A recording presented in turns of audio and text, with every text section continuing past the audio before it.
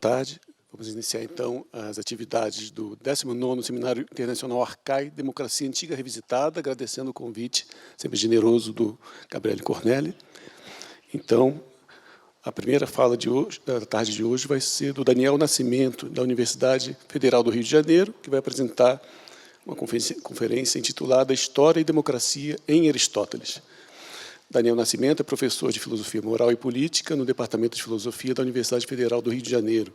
Fez mestrado e doutorado em Filosofia pela Pontifícia Universidade Católica do Rio e é líder de 2 grupos de pesquisa, o FIAT, Filosofia, e Inteligência Artificial e Tecnologia, e Filosofia e Teoria Política, da UFRJ, ambos da UFRJ CNPq. É isso, você tem a palavra. Obrigado, Aldo. Queria agradecer muito ao professor Gabriele e ao professor Eduardo pelo convite.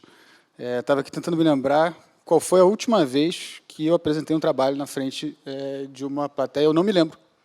Eu realmente não sei qual foi a última vez que isso aconteceu. A gente está trabalhando de forma remota há muito tempo já, né? Enfim, muito obrigado pela oportunidade, por estar aqui, nunca tinha vindo na UNB. Gente, eu queria pedir para vocês desculpas, eu não tenho a menor condição de manter o nível das apresentações que a gente viu hoje de manhã.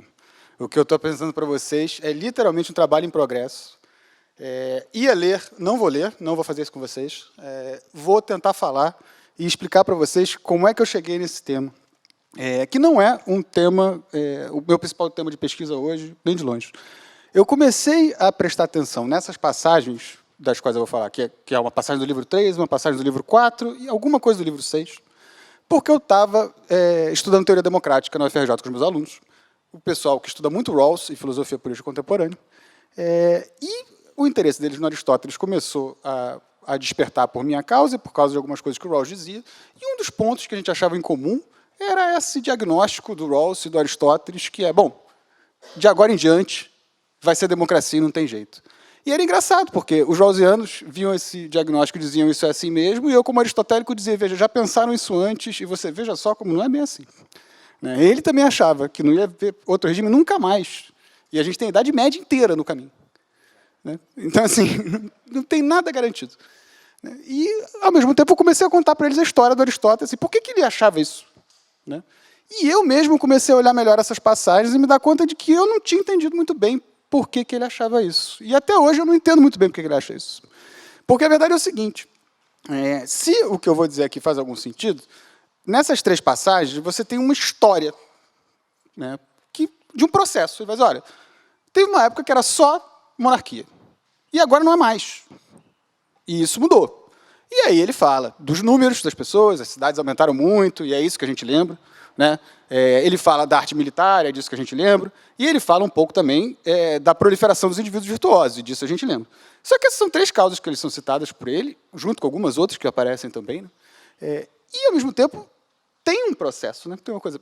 Primeiro foi um regime, depois foi outro regime, depois foi outro regime, depois... Tem uma historinha das revoluções, se a gente pode usar essa palavra, que explica, ou pelo menos pretende explicar, como é que você passou de um ponto para o outro.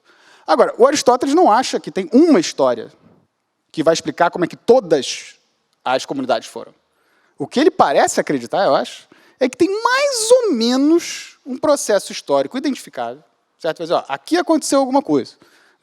O que aconteceu? Bom, tinha um conjunto de cidades e estados, num determinado momento, num determinado período histórico, e tinha uma predominância de um regime.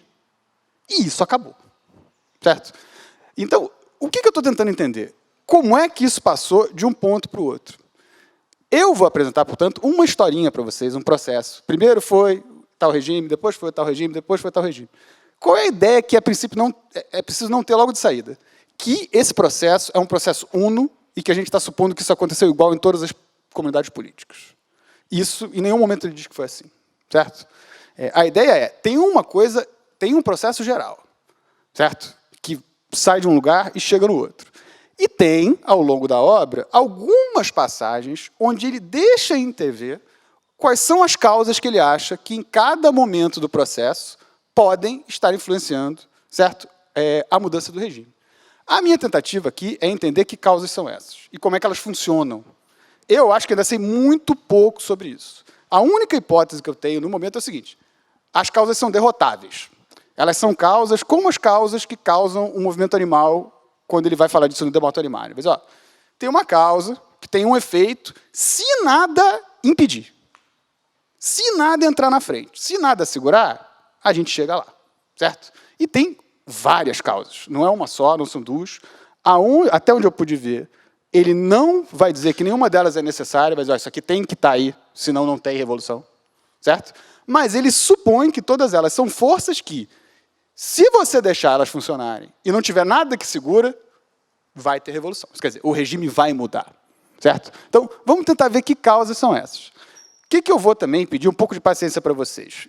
Vai ter essas 3 passagens que eu falei, e vai ter um grande discurso sobre os tratados econômicos do Aristóteles, que é a segunda metade do livro 1. Vocês vão ver que essa parte é altamente especulativa. E ela é mesmo, né? Ela vem para sanar uma inquietação que eu tenho com o texto do Aristóteles, mas que eu não tenho muita certeza que ele tenha tido. Enfim, o que eu tento fazer nessa parte do texto é uma ideia plausível acerca de um dos fatores desse processo que me parece um tanto quanto misterioso. E, enfim, espero que eu consiga explicar para vocês por que eu acho esse processo misterioso, esse fator. Bom, então a primeira passagem é a passagem do livro 3, né, que vem logo depois da discussão do Aristóteles sobre os méritos relativos do governo do melhor homem e do governo das melhores leis. Eu não vou recapitular esse argumento, porque a gente já viu, né, o Narbonne falou sobre isso, a gente já falou sobre isso algumas vezes aqui. Essa é a primeira passagem. Né? E ele diz o seguinte, foi provavelmente porque naquele tempo os homens de virtude diferenciada eram poucos, que as primeiras comunidades políticas foram monarquias, dado que naquele tempo os homens habitavam pequenas comunidades políticas. Eles escolhiam seus reis com base nos seus nobres feitos, e estes são trabalhos para os homens virtuosos. Mas à medida que vieram a existir muitos homens que eram parecidos no que diz respeito à virtude, eles não mais se submeteram à realeza e buscaram estabelecer em comum alguma outra forma de regime. Então, essa é uma passagem que eu já vi muitos autores comentando, mas que sofreu uma crítica que me parece, até o momento, ter sido bastante pesada, que é o seguinte. No comentário do Newman, ele vai comparar essa passagem com a passagem do livro 4 e vai dizer, no livro 4, Aristóteles conta uma história muito diferente, joga isso aqui fora. Isso aqui é incompatível com a passagem do livro 4 e é incompatível com o final do livro 6 também, das Revoluções, onde ele vai criticar o Platão, justamente dizendo, olha, não tem uma ordem das revoluções. Desde o comentário do Newman, eu depois peguei o comentário, agora não sei se é o Kitchell Robinson que comenta esse livro, enfim, essa passagem é praticamente deixada de lado, e é a passagem do livro 4, certo? Que é a mais comentada. Eu, no entanto, acho que essa passagem é muito importante. Tem algumas coisas que ela fala que nos ajudam muito a entender o processo revolucionário. A primeira, eu acho o seguinte, o Aristóteles acha que, se você começou uma comunidade política, e essa comunidade não é democrática, certo? Essa comunidade é restrita demais, ou restrita ao ponto necessário, né? A monarquia do começo. É quase como se você tivesse ligado um reloginho, né? O relógio do Apocalipse, que diz é o relógio da Revolução. Então, por quê? Bom, se a sua comunidade política é correta, você está educando os seus cidadãos. Se você está educando os seus cidadãos, você está proliferando a virtude, ou pretendendo proliferar a virtude. O que você quer fazer? Você quer que eles saiam dali o mais virtuosos possíveis. A ideia é que, no final, você tenha mais cidadãos virtuosos. E você vai se aprimorando e produzindo mais gente virtuosa. Se isso acontece, qual é o resultado político? O resultado político é o seguinte. A relação de governo, que antes era justa, deixa de ser.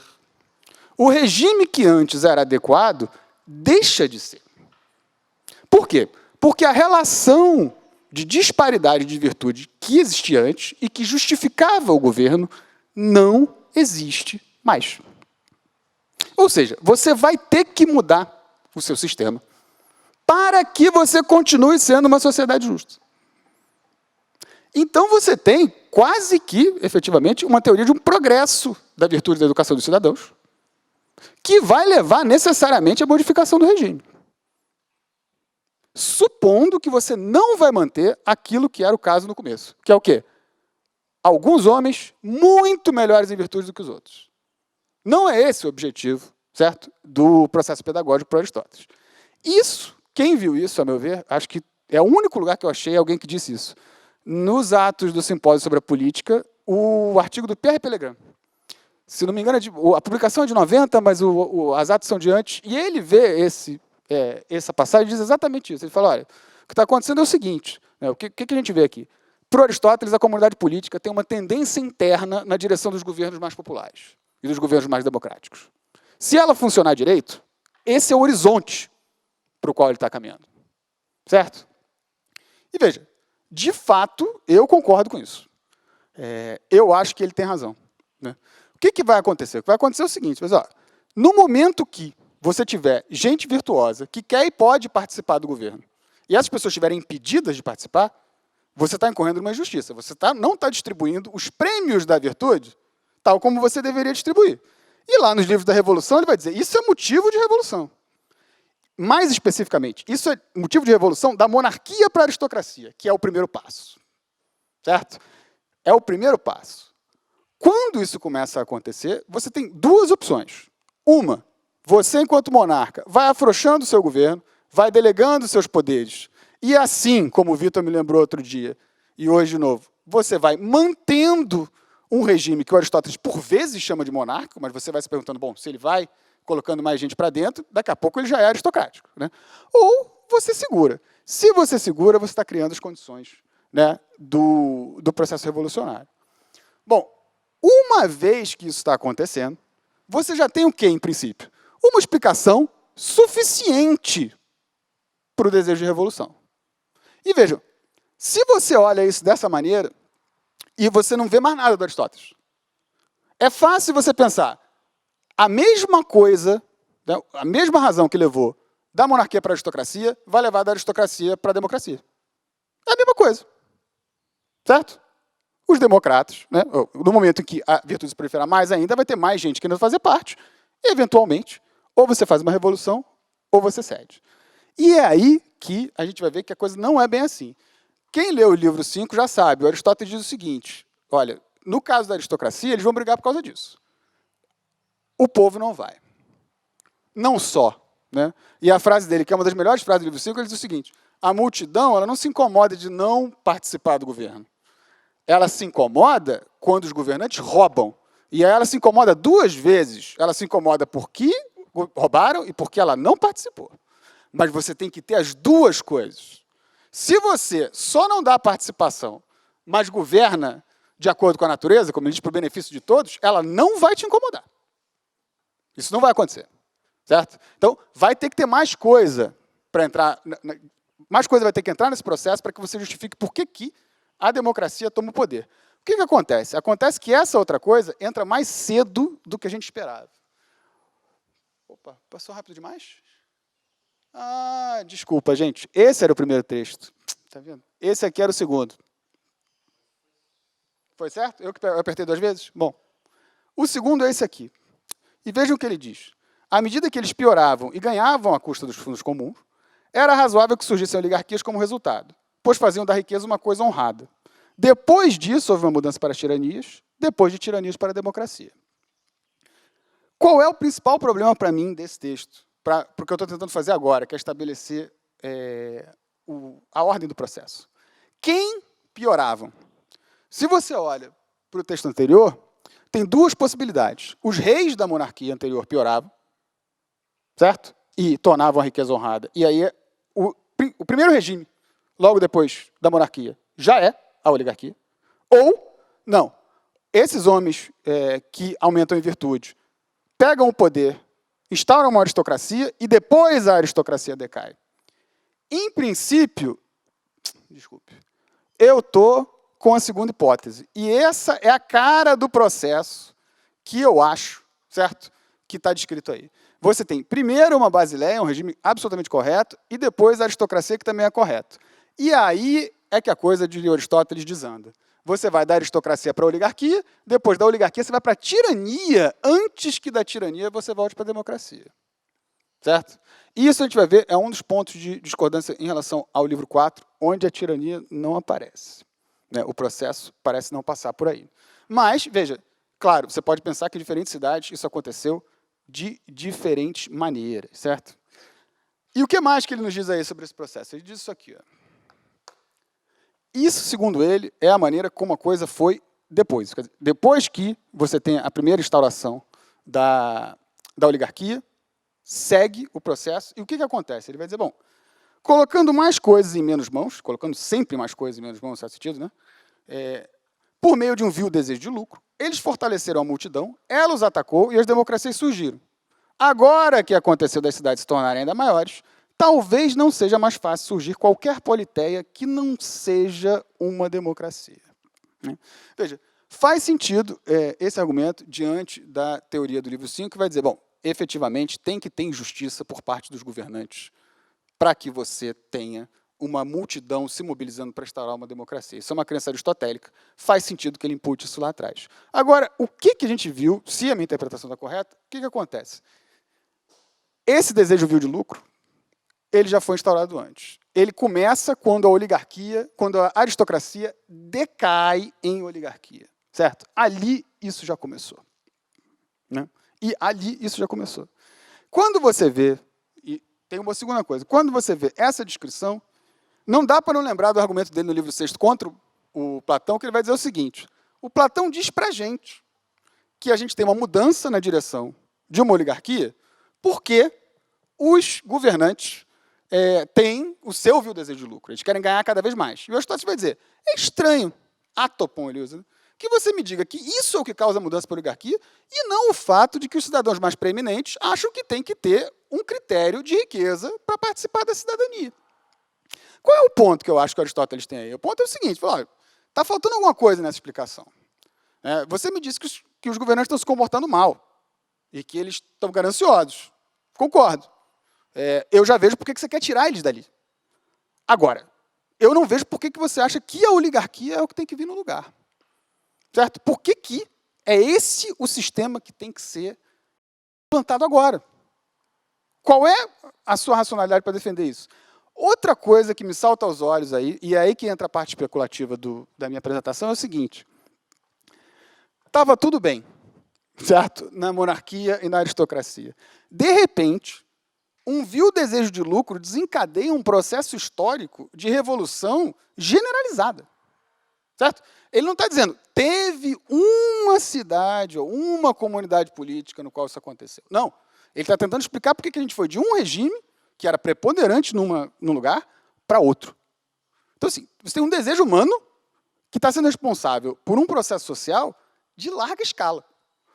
Por que você achou? O que aconteceu? Do nada, a Grécia ficou geralmente gananciosa, ou seja, a população governante ficou geralmente gananciosa, e tudo desandou. Né? Enquanto que o processo, até a aristocracia, tudo certo. Começamos com menos gente no governo, tal como deveria ser, porque tinha menos gente virtuosa. Quando teve mais gente, o que a gente fez? As pessoas entraram no governo. Até aqui tudo certo. Dali para frente, é como se não recuperasse mais o bom caminho. Né? E o que aconteceu? Ele não diz, certo? Eu, no entanto, como historiador, falei, cara, isso pede explicação. Foi aí que eu fui para os tratados econômicos do Aristóteles e a segunda metade do livro 1. O que eu achei lá que eu acho que pode ajudar a gente a explicar? Quando Aristóteles vai falar do surgimento do comércio, do surgimento do dinheiro, né, ele está explicando para a gente como é que ocorre uma verdadeira inovação dos modos de vida dos animais. E é interessante que tem um vocabulário biológico ali naquela parte. Né? Ele começa falando, olha, os homens alguns são nômades, outros são caçadores, né? E aí vem o argumento de que, bom, todos os animais, assim como os homens, eles são dispostos na terra de modo tal que eles podem encontrar o seu sustento a partir da natureza. Então, a natureza fez, né, não fez nada em vão, colocou todo mundo ali para encontrar o seu próprio sustento. Enquanto eles estão fazendo isso, eles estão agindo de acordo com a natureza. Certo? A questão é, embora a natureza tenha disposto tudo da melhor maneira, não é a coisa mais fácil do mundo você conseguir o seu próprio sustento. E para Aristóteles, inclusive, as primeiras comunidades, a família e a comunidade política, tinham dentre os seus objetivos, certo? A cooperação para isso, para garantir o sustento, a vida cotidiana, e depois a boa vida também, mas a vida cotidiana sobretudo. Né? As necessidades imediatas, isso tinha que ser garantido. Certo? Pois é. Essas comunidades, né, são as primeiras comunidades até chegar na formação da comunidade política. Agora, o Aristóteles vai dizer, já tem uma inovação antes. Certo? Aquela descrição dele do nascimento do dinheiro, que depois vai ser retomada por Marx e por muita gente, postula justamente o quê? Quando você estava só na família, você não tinha necessidade nem de escambo, a troca de coisa por coisa, porque a propriedade era de uma pessoa só, era de uma família só. Quando você tem a vila, aí você começa a ter escambo, troca de coisa por coisa. Só pelas necessidades e o valor de uso. Tudo certo, ainda está de acordo com a natureza. Né? Falou, ó, vai crescendo, crescendo, crescendo, aparece o quê? Aparece o dinheiro, para facilitar as trocas, depois aparece o comércio, e aí depois vai aparecer essa arte muito doida ali, que é a crematística. Uma arte que tem em vista não só, certo, adquirir a riqueza que é necessária para que você viva uma vida e uma boa vida, que é o objetivo daquela Kitetiké, se não me engano, que ele fala no começo, mas é uma arte que tem por objetivo a riqueza ilimitada. E veja, essa arte aparece ali, ele vai dizer, ó, ela aparece, com ela, e depois vai aparecer a usura, e vai aparecer um monte de outras artes que o Aristóteles vai dizer, isso é contra a natureza. Aqui a gente traça uma diferença, certo? Daqui para frente, não vale mais, como quem diz. Agora, até aí, são artes. Algumas pessoas praticam, outras pessoas não praticam. Por que isso explicaria o desejo de lucro? A minha hipótese é a seguinte, elas não são só artes. Qual é o ponto do Aristóteles? O ponto do Aristóteles, o ponto do Aristóteles tratado econômico tem gente que acha que a crematística é a arte de governo da casa. Tem gente que acha que é isso o que o dono, o chefe da IKEA, o pai, tem que fazer. Que ele tem que acumular riqueza de forma ilimitada. E tem gente que acha, dirá o Aristóteles, que a mesma ciência do governo da casa é a ciência do governo da comunidade política. Então, ele abre o livro da política e diz, não, vamos diferenciar essas duas coisas. Uma coisa é governar a comunidade política, outra coisa é a casa. Certo? E aí depois ele vai dizer, bom, vamos lá, governo da casa não é essa crematística aí, não. É outra coisa. Certo? Qual é a minha hipótese? A minha hipótese é a seguinte, se ele estava tentando argumentar contra esses erros, é porque esses erros já eram largamente partilhados na época dele. E a minha pergunta é o seguinte, em que medida não é justamente esses erros que explica esse desejo de lucro do que ele está falando lá atrás? Porque vocês vejam bem, o que ele está dizendo basicamente é, antes da comunidade política começar, isso aparece. Certo? E aí tem um tempo de desenvolvimento dessas artes. Só que elas vão levar o quê? Elas vão levar uma concepção diferente dessas duas comunidades, que é a família e a comunidade política. Não se concebia, antes dessas artes aparecerem, que a família pudesse ser uma organização que tem em vista a riqueza ilimitada. Não se concebia, antes dessas artes aparecerem, que a comunidade política pudesse ser uma comunidade que tem em vista a riqueza ilimitada. Isso não estava no horizonte. Não tinha dinheiro, não tinha comércio. De repente, isso entra no horizonte. De repente, essas artes começam a se desenvolver e elas começam, não só a se desenvolver, elas começam a abocanhar outras artes, de Aristóteles. Né? A epistemologia começa a ficar, bom, daqui a pouco é só isso que fazemos. Né? E aí, não sei se vocês lembram, ainda que muito en passant, na Ética Nicomaqueia 1.5, ele vai falar da vida crematística e dizer, olha, não é aqui que reside a felicidade. Claro, muito rápido. Ele não trata isso como se fosse uma grande opinião que precisa de muitos argumentos contra, mas está lá. Está lá registrado. Isso existe já. Né? Veja, se isso acontece, a gente explica como é que aquele desejo de lucro pode ter se transformado num fator social.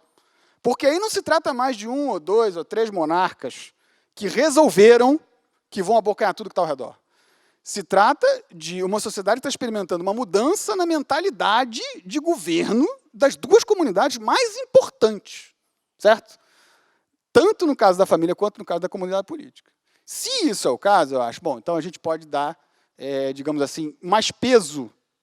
Né? E também acho que a gente consegue compreender melhor como é que o Aristóteles pode acreditar que esse desejo de lucro poderia ser uma coisa que ia varrer a Grécia como ele parece que achou que valeu. Certo? Essa é a parte especulativa. Por que é uma parte especulativa? Ele não liga essas duas coisas. Né? Não liga mesmo. Não sei se alguém já viu isso em algum lugar. Eu nunca vi ele conectar essas duas coisas dessa maneira. Mas, a meu ver, essa explicação está lá, como se diz, né, para ser pega. É quase a maçã na beira da estrada. E, por isso, inclusive, provavelmente tem algum equívoco aqui. Né? Porque se fosse fácil assim, alguém já tinha pegado. Mas, veja, tendo dito isso, essa é a melhor explicação que eu tenho para isso. Certo? Por que todo mundo, do nada, resolveu que a boa era abocanhar os fundos comuns? Né? De onde é que isso apareceu? Bom, se houve essa mudança de mentalidade com o aparecimento do comércio, que é um tema, né, da historiografia grega, a gente já começa a entender melhor. A passagem do livro 4 agora. Vejam bem, o que a passagem do livro 3 disse para a gente? A passagem do livro 3 diz, tem um relógio revolucionário, certo? Se você está educando, você está indo no relógio da revolução, e explicou mais ou menos como é que você chegou na oligarquia. Mais ou menos, certo? Desculpa, na aristocracia. Dali para frente, você tem o desejo de lucro, que o Tratado Econômico ajuda a gente a entender um pouquinho melhor também. Agora, o que o livro 4 vai dizer para a gente? O livro 4 vai dar a parte realpolitik da coisa, que é o seguinte, ó, na hora que você tem que determinar quem são os seus cidadãos, certo? No sentido próprio, quem é que vai participar do governo? Quem são as pessoas? O Aristóteles vai dizer, ó, no livro 4 vai dizer, o negócio é o seguinte, a parte que está dentro do sistema tem que ser superior à parte que está fora. Isso não pode ser diferente, né? Se eu entendo bem o que ele está me dizendo, ao longo desses livros, eu não sei se vocês concordam, basicamente, o conselho dele é o seguinte, se você quer descobrir qual é o melhor regime para uma cidade, você faz o seguinte, primeiro, descobre quais são as partes da cidade que são superiores. Certo? Aí o que você faz? Você faz um regime no qual essas partes estejam dentro, inclui a classe média e faz de forma que seja tão justo e moderado quanto possível. Isso é o melhor que você vai conseguir. Isso é o melhor que você vai conseguir. Agora, o que ele quer dizer com superior, né? Isso é um tema na República do Platão, né? Quando o Trasema começa o Kratos, né? A justiça é o interesse do mais forte. Então, o que é isso? Quem são os mais fortes, né? Ele diz pouca coisa, ele vai dizer, ó, é uma mistura de qualidade com número, né? As duas coisas determinam quem é mais forte ou quem é menos forte. E, em outros lugares, ele vai dando também umas dicas de como é que ele entende essa dinâmica, né? Tem uma hora que ele fala assim, bom, se você tem uma democracia, supõe-se que a multidão é mais forte que os poucos, afinal de contas, você está instaurado a democracia, né? Ele vai dizer, ó, você pode perder a sua democracia porque o povo se desinteressou da política, né? A multidão foi embora da política, os oligarcas a ela se dedicaram e eles já revertem, certo? Então, se você pode ter isso, o que quer dizer? Isso quer dizer o seguinte, essa relação de superioridade, ela é uma relação fixa. Se você tem mais gente, é seu, se você tem mais armas, não. Ela é feita a cada momento, na briga dentro da comunidade política, e é necessário que você esteja lá, se dedicando para que você mantenha o seu nível de superioridade. Tendo dito isso, ele vai fazer aquilo que a gente já esperava que ele fizesse, né? Que é o seguinte. Isso. Mas, ó, o que acontece é o seguinte, se você olhar para a expansão da cidadania, você vai ver que ela acompanha as mudanças da arte militar. Por que ela acompanha a mudança militar? Bom, o que aconteceu foi o seguinte, naquele primeiro momento ali, né, primeiro tipo de regime que surge é o quê? A monarquia, né? E depois, o regime formado pelos elementos guerreiros. Começa com os cavaleiros, certo? Pois a força e a preeminência na guerra pertencia então aos cavaleiros. Sem organização, armamento pesado, os hoplitas, né, são inúteis. E faltava experiência em tais assuntos e arranjos táticos entre os antigos, de modo que a sua força estava na cavalaria, né? Mas, à medida... aí é o próximo já. Mas, à medida que as cidades aumentavam de tamanho e aquelas com armas pesadas forneciam relativamente mais força, mais pessoas participavam do regime. Então, os regimes que nós chamamos de politéia chamavam-se antidemocracias, o Narbonne falou disso, né? Que os antigos regimes fossem oligárquicos e monarcas é razoável por causa da falta de números. As cidades não tinham muito elemento médio, por isso, sendo relativamente pouco em número e fraco em organização, o povo suportava ser governado. Qual é a ideia aqui? Bom, primeiro, a cavalaria, que para ele é extremamente oligárquica, porque é muito caro manter os cavalos. Por que os cavaleiros entram? Eles entram lá no começo, no momento em que a monarquia olha para a cavalaria que está fora do regime e pensa, essa é a nossa força militar. Sem eles, nós não ganhamos nenhuma guerra. Mas, se eles resolverem acabar com o regime aqui dentro, eles acabam. Bota eles para dentro. A técnica da guerra avança e a infantaria pesada ganha preeminência. O que acontece? Tem que botar a infantaria pesada para dentro. E a gente pensa, então agora começou a monarquia? Começou a democracia? Não. A infantaria pesada, para ele, ainda é, ou pode ser, um elemento fortemente oligárquico. E é aí que entra... não foi a última passagem? Não botei, desculpa, gente. A passagem do livro 6, que eu ia colocar, e não botei, é uma passagem onde ele vai especificar melhor a evolução da arte da guerra, e vai dizer, ó, você não só tem a passagem da cavalaria para a infantaria pesada, mas você tem da infantaria pesada para a infantaria leve, e depois você tem da infantaria leve para a marinha, que é quando entram os barcos. E é só no final desse processo que acontece a grande supremacia militar da multidão. E é aí que o Aristóteles vai dizer, bom, agora já não tem mais jeito, certo? Agora vai ter que ser democracia. Por quê? Porque as pessoas que estão, a multidão não pode ser excluída, porque se ela for excluída, ela toma o poder. Se ela for excluída, ela não faz guerra fora, e se ela for excluída, ela vai tomar o poder aqui dentro. Então, vocês vejam, qual é a vantagem, para terminar, que eu já vi que já tinha 5 minutos há um tempo atrás, de você olhar essas duas passagens juntas, né? A primeira, num certo sentido, ela vai te dizer o quê? Ela vai te dizer de onde é que vem a motivação, certo? Para a expansão dos direitos de cidadania. De onde é que vem a motivação do pessoal que está de fora, que quer entrar? Aquela primeira passagem já te diz isso. A segunda passagem vai te dizer o quê? Vai dizer, olha, se você olhar o processo histórico e você olhar o resultado dessa pressão, você vai ver que ela foi bem sucedida quando? Quando o elemento que estava fora estava armado e era forte o suficiente para que o regime estabelecido dissesse, não vai ter jeito. Bota para dentro. O que essa história nos conta no final? Que parece que tem um abismo entre os chamados argumentos em favor da democracia, certo? Que são aquelas coisas que você poderia dizer para uma pessoa, para tentar convencer ela a instaurar um regime democrático. E as forças históricas que foram, de fato, responsáveis pela generalização da democracia num dado momento na Grécia. Obrigado, gente.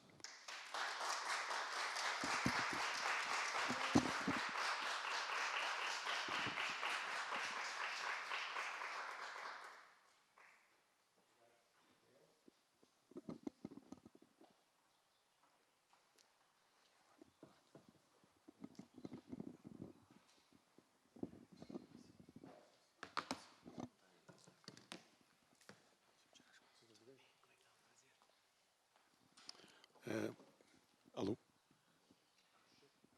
Desligaram.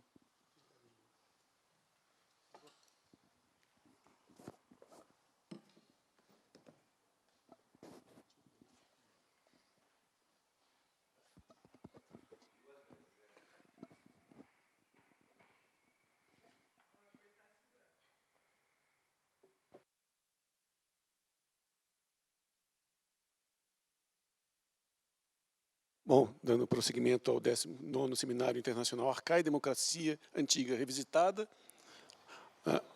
convidamos agora o professor Eduardo Wolff, da Universidade de Brasília.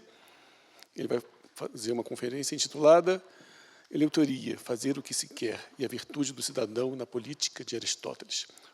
O Eduardo Wolff é professor de Filosofia Antiga e professor do programa de pós-graduação em Metafísica da Universidade de Brasília.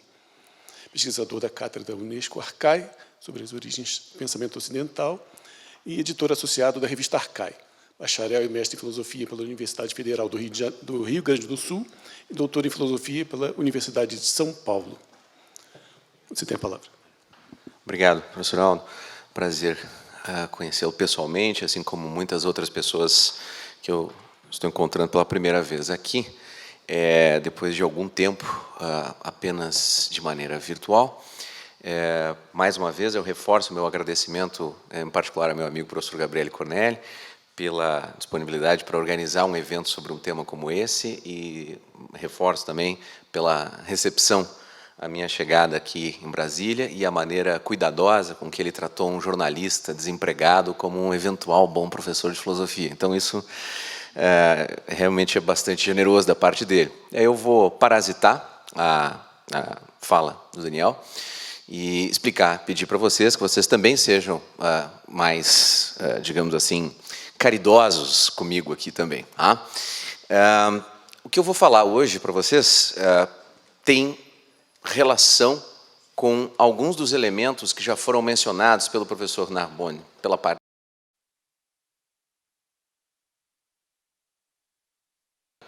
e alguns dos elementos que vão aparecer na fala do Victor logo depois da minha, não os mesmos textos, mas algumas questões comuns, e da professora Pilar também, que também vai falar sobre temas relacionados à política de Aristóteles. Então, vocês vão encontrar, ao longo dessas 3, 4 falas, questões semelhantes, ainda que as abordagens sejam bastante diferentes. A luz é no meio, é isso? A luzinha aquela é no meio aqui? Assim? Não. Aqui em cima? Para cá. Não. Não, eu apertei num negócio aqui e apareceu um dicionário. Tá bom o computador dele?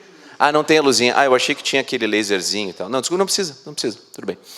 Bom, então, o que eu vou apresentar é qual é a relação que existe entre a definição de liberdade, do modo como Aristóteles a apresenta em mais de um momento, e esta noção, qual é a relação desta noção com dois problemas relativos à nossa discussão aqui sobre democracia antiga. O primeiro, a própria definição de democracia, e o segundo, o modo como se imiscui na teoria política de Aristóteles como um todo, não na sua reflexão sobre democracia ou sobre qualquer regime em particular, não na sua definição de liberdade, mas na sua teoria política como um todo, a noção de virtude. Tá? E, com base nesta relação, eu quero tentar mostrar como a definição de eleuteria, a definição de liberdade democrática apresentada por Aristóteles está bem dada, ela é correta, ela é uma correta definição da liberdade democrática. Eu vou divergir pontualmente, portanto, aqui do Narbonne, de dizer, bom, não é apenas dizer que assim são os outros que falam, tá? São os outros que entendem do assunto mesmo, são os democratas que se definem assim, tá? E que nós devemos ficar com a posição dos democratas e não com a de Aristóteles, no que diz respeito à eleuteria. Então, esse é o roteiro. Tá? Então, eu começo chamando a atenção para o início do texto, aquele item A, que nós podemos traduzir assim, tá? Vamos chamar princípio fundamental da Constituição democrática é a liberdade, eleuteria. Essa é a primeira tese, a tese A, que aparece aqui no texto.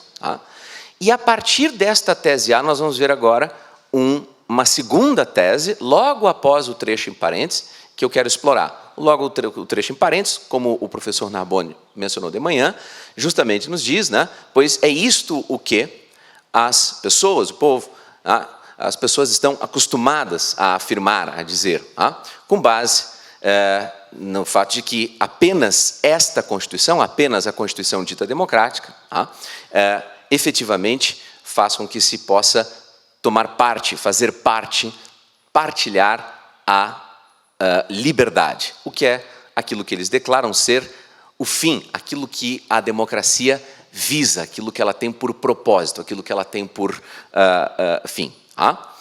Bom, agora, vejam como esta tese geral, que eu já disse, então, de início, que eu não concordo que seja apenas uma reprodução de uma opinião alheia, ela é a opinião daquilo que é aquilo que as pessoas dizem, mas é aquilo que os partidários da democracia dizem, e esta é uma definição correta, ancorada, tanto historicamente quanto conceitualmente para Aristóteles.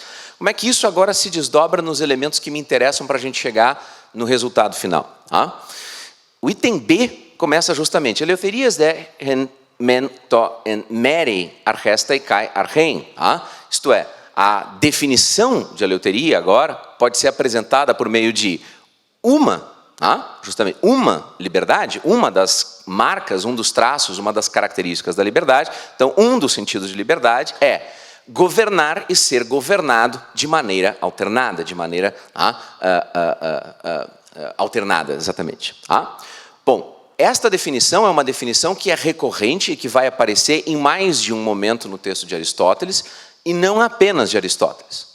Se vocês fizerem agora o acúmulo dessas duas primeiras apresentações gerais aqui, da definição bem ampla de democracia ser definida por meio do conceito de eleuteria. Ela é definida a título de, liberdade. E depois, a liberdade ser apresentada como governar e ser governado alternadamente, vocês vão ver que Aristóteles está repetindo lições platônicas, nós encontramos esse mesmo tipo de formulação em Platão, mas nós também encontramos esse mesmo tipo de formulação lá em Tucídides, lá na história da Guerra do Peloponeso. Portanto, mais uma vez, esta definição é perfeitamente compartilhada pelos democratas e pelos entendidos no assunto. Não é uma mera opinião que está sendo trazida para depois ser descartada.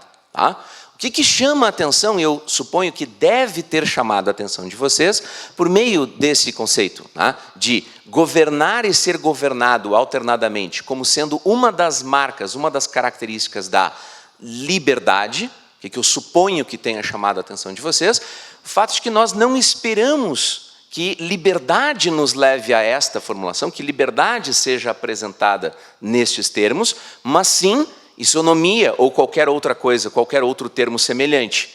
Isto é no braço da dupla definição de democracia, é no braço igualdade, que nós tradicionalmente e instintivamente fazemos repousar a nossa ideia de que o governo é o governo de todos e todos alternadamente exercem o governo e são governados. No entanto, Aristóteles está apresentando como sendo a liberdade que leva a isso. Isto vai se mostrar depois muito importante para nós compreendermos C2 aqui no texto. Tá? Então, guardem essa ideia inicial aqui. Bom, então a primeira versão da liberdade está apresentada, é a título de uma alternância no poder de todos. Tá? E agora nós temos algumas consequências que são apresentadas aqui desta ideia de liberdade. Tá? De B1 até B3.1, aqui no texto, nós temos consequências e ou explicações desta tese. E B4 aqui é uma espécie de summarizing, né? Uma espécie de wrapping up. Né? Vamos resumir, então, o ponto aqui nesta última oração. Tá? Bom, o que B1 nos traz? Tá? B1 nos traz que a justiça democrática, o conceito de justiça democrática, tá? Constitui-se, né? Ter uma parte igual, fundada, tendo por base o número. Tá? Isto é, a ideia que eu estava apresentando para vocês da sua intuição é precisamente o que está aqui. É a noção de isonomia que está sendo apresentada sob os termos de liberdade. Mas é isonomia, é igualdade numérica que está em jogo aqui. Tá? E é desta tese que aparece aqui para Aristóteles, que é não o mérito, não o valor, no sentido de um valor distinto da simples igualdade democrática, não qualquer outro valor que fosse da virtude, da vida moral, da nobreza, mas sim o número que fundamenta isso. Tá? B2 complementa uma consequência desta tese, justamente da igualdade numérica, como fundadora do conceito de justiça democrática. Tá? A justiça democrática está fundada nisso. Tá? O que diz B2? Quando isto é o caso, quando ocorre de ser este o caso, tá? De isto ser o justo, isto que acabou de ser dito em B1. Tá? Quando ocorre disto ser, então, o que é o justo, a maioria, podemos traduzir isso por a massa, o povo, o Paul Cartledge fez questão de insistir na ideia do demos a esse título, Pleitos frequentemente pode nos trazer também essa ideia, tá? É por necessidade, ela é necessariamente a máxima autoridade, ela é a suprema nestas condições. Tá?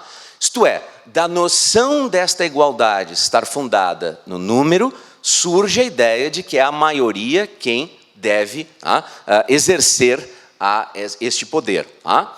E o que quer que pareça, o que quer que seja, que pareça certo, justo, para a maioria, para o número, isto é, então, o fim e isto é o justo. Esta ideia, portanto, nos mostra que é a noção de justiça democrática que é derivada de um princípio de isonomia numérica e, por sua vez, o princípio de isonomia numérica está explicando o quê? Está explicando o que é um dos sentidos de liberdade. Um dos sentidos de liberdade é um sentido que nós podemos chamar de realizar positivamente, no âmbito da vida política da comunidade, aquilo que é a concepção de justiça de um determinado grupo que tem uma determinada identidade. Um breve parênteses, eu não vou voltar a isso, porque o Gabriel e a Beatriz já ouviram isso na fala da SBPC. Isto seria o que Benjamin Constant, em 1819, e Isaiah Berlin, em 1958, chamaram de liberdade positiva ou a liberdade dos antigos, né? Nesta ordem inversa. Agora vejam a sequência. B3, antes de nós chegarmos no wrapping up e resumir o ponto inteiro do primeiro sentido de liberdade, B3 nos diz que o que eles dizem, eles aqui são quem? São os democratas, os partidários da democracia, os que defendem a democracia. Mas o que eles dizem é que cada cidadão, cada parte, cada particular deve ter uma parte igual. Tá? Isto é, uma parte igual do poder, uma partilha igual do poder.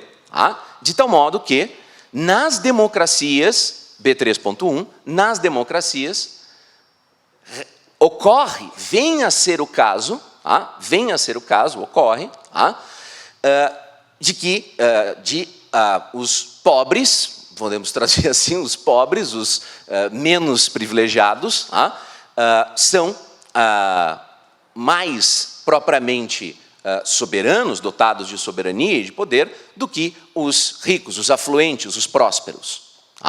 E aí o wrapping up que eu disse para vocês, esta então é uma das definições de liberdade, eis então uma das acepções de liberdade, que todos os democratas em geral, dizem ser a liberdade. Tá? Uma marca, perdão, da Constituição Politeia, da sua Constituição, é isso que eles afirmam. Tá? Então, todo o primeiro sentido de liberdade apresentado em 6.2 é um sentido, na verdade, que assimila a noção de liberdade à noção de igualdade. E assimila a noção de liberdade à de igualdade por meio de uma interpretação da igualdade como sendo exercício do poder político. Como se exerce o poder político em qualquer Constituição, o que significa para qualquer politeia, Constituição ou regime, traduzam como queiram, exercer o poder político, apresentar e fazer valer uma versão do justo. É isto, por isso que a noção de justiça está presente aqui. Tá? Ela não apareceu do nada, ela aparece aqui. Agora, o título da conferência é a noção de eleuteria e a noção de viver como se quer. Tá? Eu coloquei no título fazer o que se quer, fazer o que quiser. Vocês vão ver que tem duas expressões muito próximas nos dois trechos que eu vou comentar. E são só esses dois trechos, aí depois tem duas frasezinhas e uma conclusão. Tá? Então não vou ficar fazendo isso o tempo inteiro. Vamos lá. Qual é a segunda expressão, esta que aparece na letra C, bastante rápida e digamos assim, expeditiva na definição? Tá? Uma outra definição de liberdade é viver como se deseja. Uma outra definição de liberdade, uma outra forma de definir liberdade é viver como se deseja. Também foi mencionado tanto hoje pela manhã na fala do Narbonne, quanto em geral a gente já vinha trazendo esse assunto. Ora, este é o ponto agora a ver como é que nós vamos conciliar este elemento, não o primeiro. O primeiro é perfeitamente compatível com uma série de discussões a respeito do bem comum. Compatível. Do bem comum, da virtude e da harmonia. Agora, este segundo sentido, que aparece em C, traz outro tipo de consequência que, para mim, torna inviável a compatibilização da democracia, do modo como os democratas a definiam, com a teoria política de Aristóteles. Tá? Qual é a consequência que eu quero trazer para vocês? Bom, o que eles dizem? O que é dito a respeito dessa liberdade? Este é o ergon. Esta é a função da democracia. Tá? A função da liberdade, a função da eleuteria, tá? É permitir que cada um viva como quer, que cada um viva conforme o seu desejo. E esta, então, é a segunda característica, é a segunda marca, é o segundo traço da democracia. Então, a democracia tem um aspecto que é claramente público de domínio e exercício do poder, e um outro que diz respeito agora a um âmbito da esfera individual, privada, de viver conforme o desejo de cada um, portanto, o equivalente a algo como a gente chamaria modernamente liberdade negativa. Tá? Que majoritariamente na discussão de filosofia política contemporânea, seguindo o que o Berlin diz, na minha avaliação equivocadamente, não teria nenhuma espécie de formulação no mundo antigo. Aqui tem uma formulação no mundo antigo, passe Berlin. Tá? Seria mais ou menos essa a ideia. Ok? Bom, agora, o que vem como consequência disso? Qual é a importância dessa segunda parte, deste segundo aspecto? Tadzewen Rosbulitaitis é a parte mais importante, menos importante, ela está em pé de igualdade. Vejam o que diz o final, o trecho de C2, então, aqui no texto. E desta desta característica, desta segunda marca, deste segundo traço, desta segunda definição, deste segundo elemento, tá, da democracia, este segundo qual? Justamente viver como se deseja, esta segunda característica da liberdade. Tá? Eu estou pulando só um trechinho aqui, tá, para conseguir chegar a tempo. Tá? Deste segundo, tá, vem, então, o desejo de não ser governado preferencialmente por ninguém, se não for possível isso, tá? Não podendo isso, tá? Não sendo possível isso, tá? Governar e ser governado alternadamente. E aí a frase final que eu disse para vocês que me interessava, né? Que é justamente, bom, então, é desse modo que esta segunda característica eu estou lendo, a gente até estava discutindo isso antes, Vitor, né? Esta segunda característica, o traço da liberdade negativa no nosso vocabulário moderno, aporta para o conceito de liberdade a ideia de uma liberdade enquanto igualdade. Catatonismo. Este princípio de não querer ser análogo à condição do escravo, portanto estar livre e, portanto, viver conforme se deseja, porque o contrário disso é viver como não se deseja, logo é a condição da escravidão, é isto que aporta para a liberdade aquele sentido para não ser governado nunca. Eu não vou poder falar da ideia de que está implícita aqui uma interpretação que diria que no coração mesmo profundo de cada democrata, então, tem um anarquista, que não quer governo de modo algum. Não vou entrar nesse detalhe, mas o fato é que o governo alternado seria o que é possível realizar, o governo alternadamente. Bom, agora, o segundo trecho que eu coloquei aqui, você pode puxar aqui o T2 exatamente ali, né? 5.9, tá? Esse segundo trecho está aqui justamente para mostrar para a gente um outro detalhe a respeito dessa definição de liberdade, que pode ser apresentado da seguinte maneira. Quer você esteja falando em geral, como lá no contexto do livro 6, quer como agora, recuando ao livro 5, a gente encontre uma versão que é a da democracia no seu formato mais radical, o que nós temos é um resultado idêntico ao que eu apresentei lá no livro 6. Tá? Vejam então aqui como diz o texto. Tá? Nas democracias, tá? Isto é, tá? Aquelas tidas, reputadas, tá? Especialmente, maximamente, aquele mal está ali que pode ser jogado para cá, né? Maximamente democráticas, aquelas que são as mais democráticas, as mais radicais, seria assim a maneira de você compreender, o contrário do que é proveitoso, vantajoso, benéfico no sentido comum da polis ali, emerge, vem a ser o caso, ocorre. Vem a ser o caso, então, exatamente o oposto do vantajoso.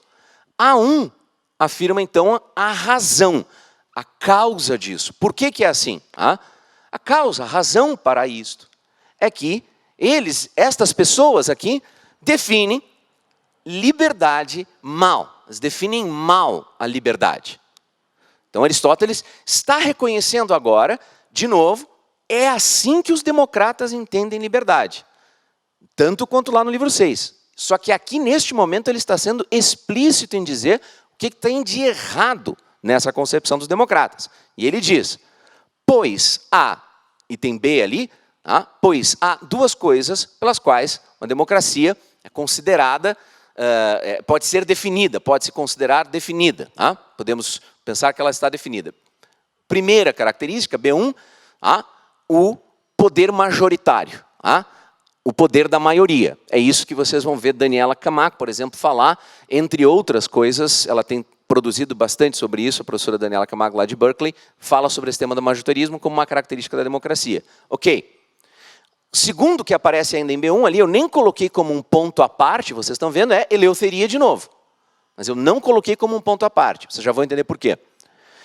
Desdobramento de B1, B.1.2. Pois, supõe-se, né, sustenta-se, né, que é a igualdade, é o justo. A justiça é a igualdade. E que a igualdade é o que é mais dotado de autoridade, é o que é mais supremo. Sempre aquilo que parece certo para a maioria.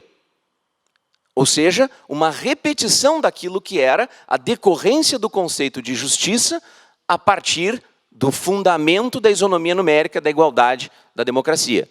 E agora vem a liberdade. De novo, agora, a expressão que eu queria destacar.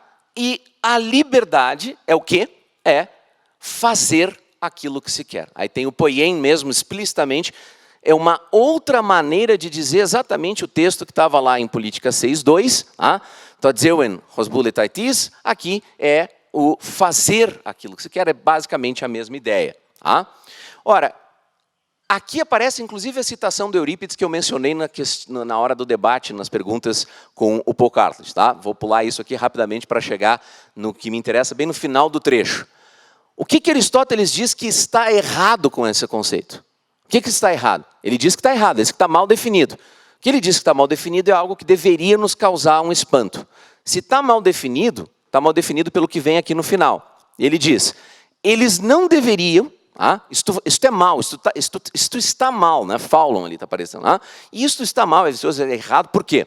Porque eles não deveriam considerar, não se deveria considerar uma espécie de escravidão, algo como ser escravo, o estar justamente viver em harmonia, viver de acordo, viver em acordância, submetido à Constituição.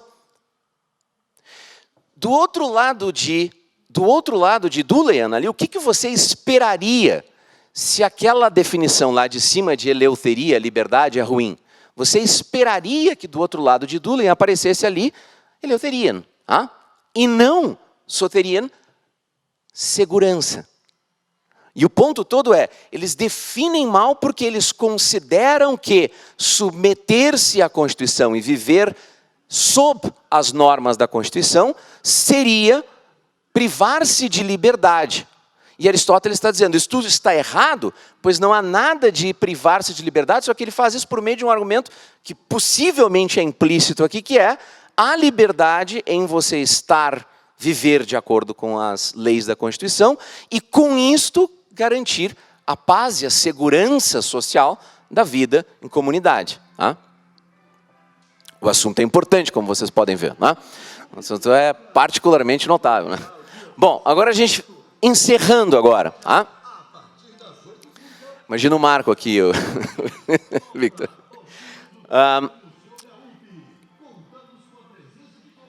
Encerrando aqui as duas frases finais que eu quero mostrar para vocês de por que razão este resultado de Aristóteles torna incompatível uma boa concepção de liberdade democrática com a sua filosofia política. Você poderia instintivamente dizer, com base naquilo que a gente pensa sobre viver sob as leis, sob um regime constitucional, você poderia dizer algo como, ok, o ponto de Aristóteles é bem dado, os democratas, se tiveram essa posição, ou ele está apresentando-os equivocadamente, ele está lendo-os de má fé, ou se eles tiveram essa posição, efetivamente eles estão errados, pois é perfeitamente compatível viver com uma Constituição sob o governo das leis e ainda assim ter liberdade, conseguindo a soteria ali expressa. Ocorre que o que Aristóteles tem em mente com viver sob o regime da Constituição não é o que nós pensamos instintivamente aqui como viver sob o regime da Constituição. Basta vocês recorrerem agora lá ao livro 3, eu não vou nem chegar a voltar tanto como voltar ao livro 1 e a definição de polis, mas vocês vão ver que é lá que a gente chega. Volta para o livro 3, a gente partiu do 6, foi para o 5, agora está lá no 3. 3.9, então em 3.9 nós temos justamente ali, telos menum polios to eutsein. Então o fim da polis é viver bem, bem viver.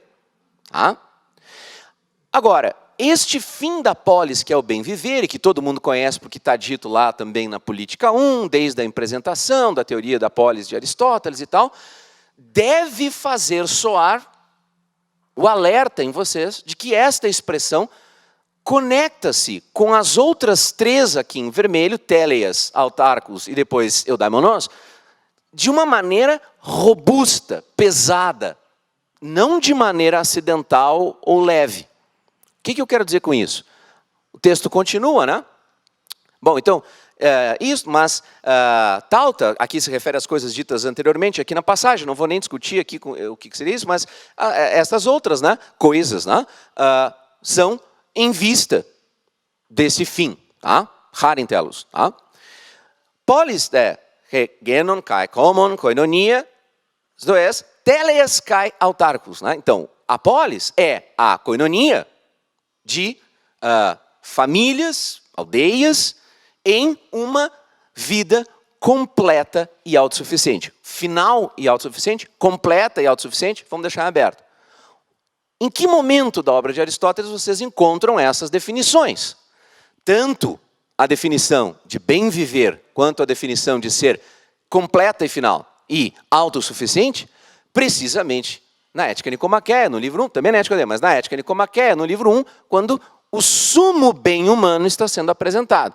Eudaimonia, certo?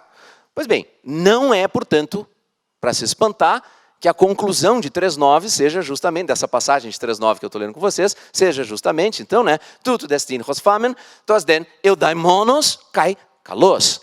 Então, o que é, em última instância, que é isto que ele está chamando de um fim da polis, que é esta vida final, completa e autossuficiente, é a realização da eudaimonia e da vida nobre, da vida bela moralmente, no sentido moral. Tá?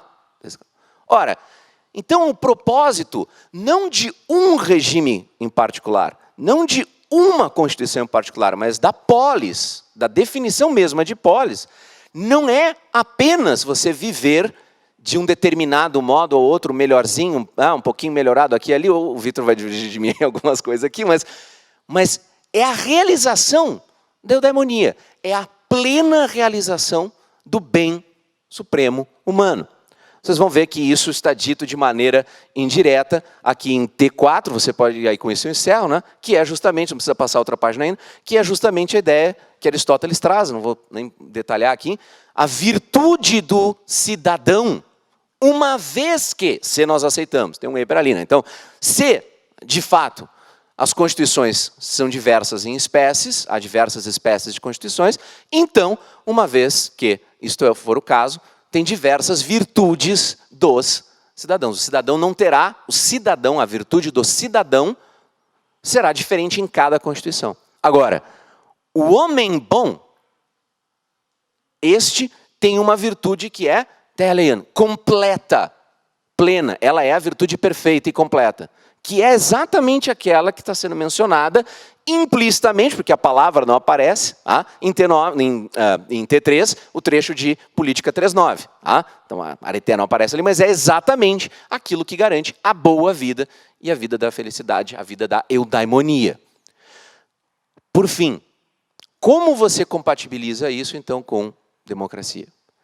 Se existe um e um único bem supremo, e Aristóteles diz que existe um e um único bem supremo, na Ética Nicomaquéia, na Ética Eudeme, não há lição em que não apareça isso. Qualquer que seja a interpretação mais refinada que você queira fazer do que é o bem supremo em Aristóteles, do que é o daimonia em Aristóteles, você está comprometido com a ideia de que há sim uma forma de vida a ser realizada a título de perfeição da natureza humana, de realização máxima, bem acabada e perfeita do que a natureza humana é. Se é assim, é impossível que você possa viver como você quer, salvo a situação em que o que você quer coincide com isto que é o sumo bem humano.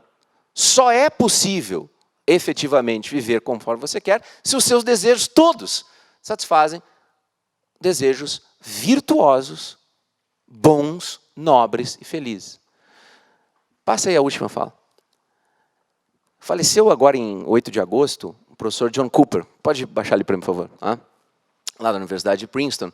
E ele justamente, entre os muitos e muitos ensinamentos do professor Cooper, né, eu encerro com essa, não vou ler tudo aqui, não se preocupem, tá? Eu encerro justamente com essa humilíssima homenagem, né? O professor Cooper escreveu um artigo que saiu primeiramente em português numa coletânea chamada Sobre Ética Nicomaquéia, organizado pelo professor Marcos Engano, publicado pelo Odisseus, lá em São Paulo, intitulado A Comunidade Política e o Bem Supremo. Ora, nesse texto do Cooper, que apareceu depois, isso foi em 2008, em 2010 ele apareceu publicado no livro que está mencionado ali para vocês, Being, Nature and Life, na Aristotle. Cooper diz o seguinte, na polis, tal como é de acordo com a natureza, os cidadãos concebem-se a si mesmos como cada qual perseguindo e com efeito alcançando o seu próprio bem, o bem supremo de viver, constantemente exercendo as virtudes em todas as suas ações, suas escolhas, seus juízos práticos e suas atitudes. Agora, se isto é assim, se esta definição aqui, que o Cooper está apresentando aqui, está dada, isso que aparece em 5.2 se segue.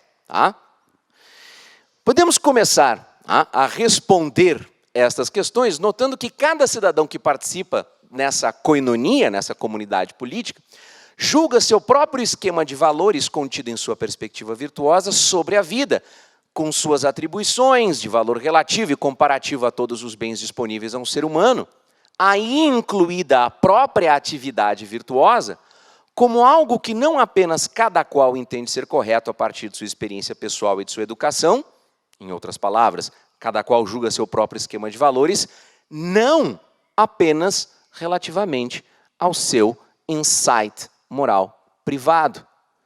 Cada qual, juntamente a seus concidadãos, toma uma decisão comum e mutuamente acordada de sustentar esse esquema de valores como algo que eles, individual e coletivamente, entendem como correto para a vida humana.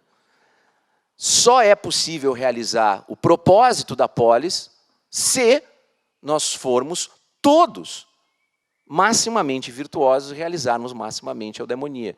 Portanto, para compatibilizar aquela definição de liberdade, para compatibilizar aquele princípio de liberdade dos democratas com a teoria política de Aristóteles, é preciso muito mais do que achar um argumento que diga, ok, tem aqui boas passagens em que Aristóteles elogiou tal ou qual procedimento democrático.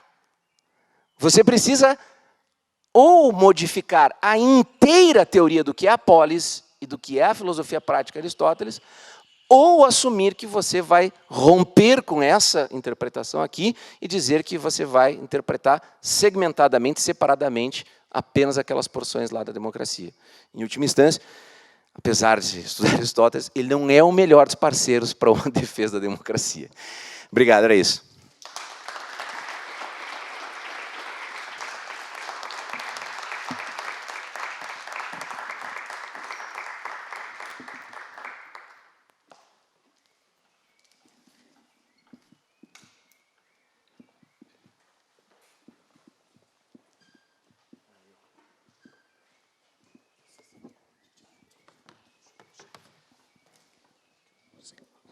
Bom, dando seguimento ao 19º Seminário Internacional Arcai, chamamos agora o professor Vitor Gonçalves, da Universidade de São Paulo, que vai proferir a conferência intitulada Democracia, Politeia e o papel normativo do regime ideal na política de Aristóteles.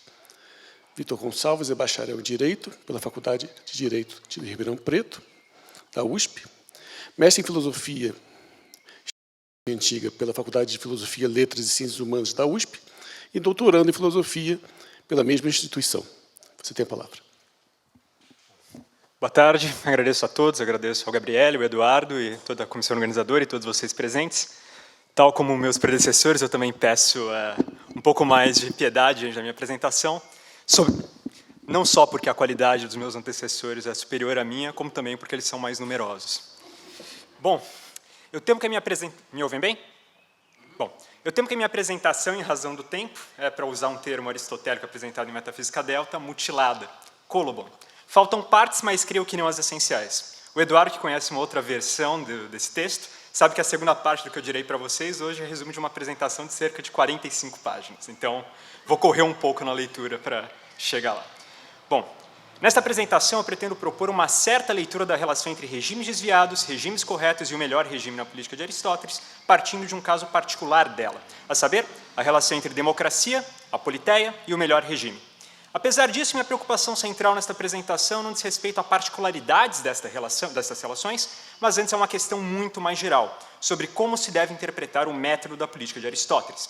Pretendo argumentar que Aristóteles sustenta que o melhor regime oferece não apenas os critérios normativos que orientam a instituição e a reforma dos demais regimes, como também é aquilo que é visado pela instituição e pela reforma desses regimes, pois o melhor regime não é, para Aristóteles, senão um regime no qual a eudaimonia pode ser alcançada em máximo grau.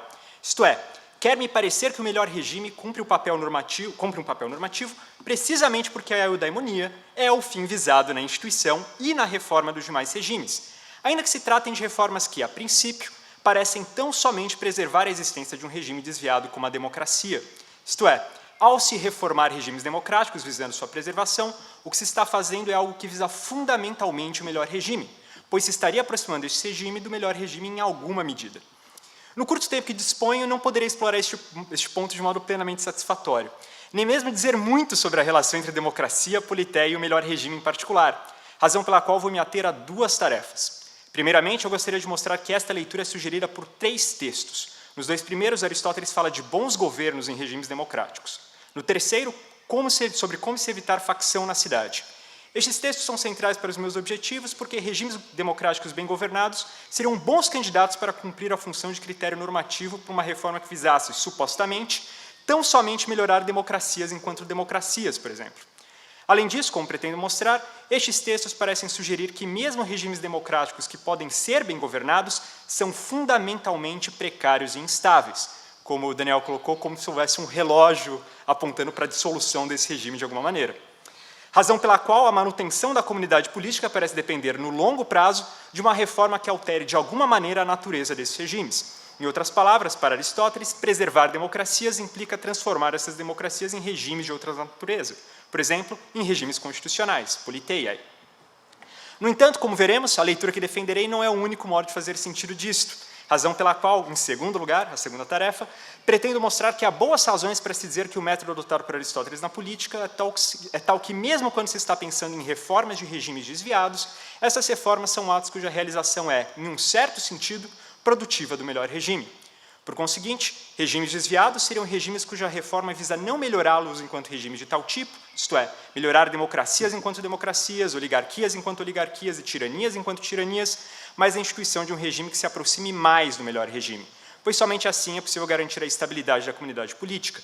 Além disso, embora isso muitas vezes implique tão somente a instituição de um sucedâneo do melhor regime, que é alcançável nas circunstâncias presentes, por exemplo, uma politeia, uma aristocracia em condições melhores, ou em certas circunstâncias apenas um regime misto não ainda correto como uma politeia, quer me parecer que isso ainda assim é algo que se faz não apenas com vistas à eudaimonia, mas também com vistas ao melhor regime, pois regimes que são melhor dadas as circunstâncias não parecem ser, senão, instanciações imperfeitas do melhor regime.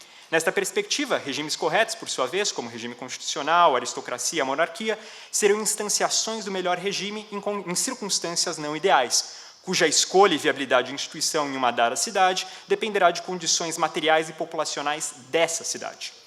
Começa então falando da democracia e da facção.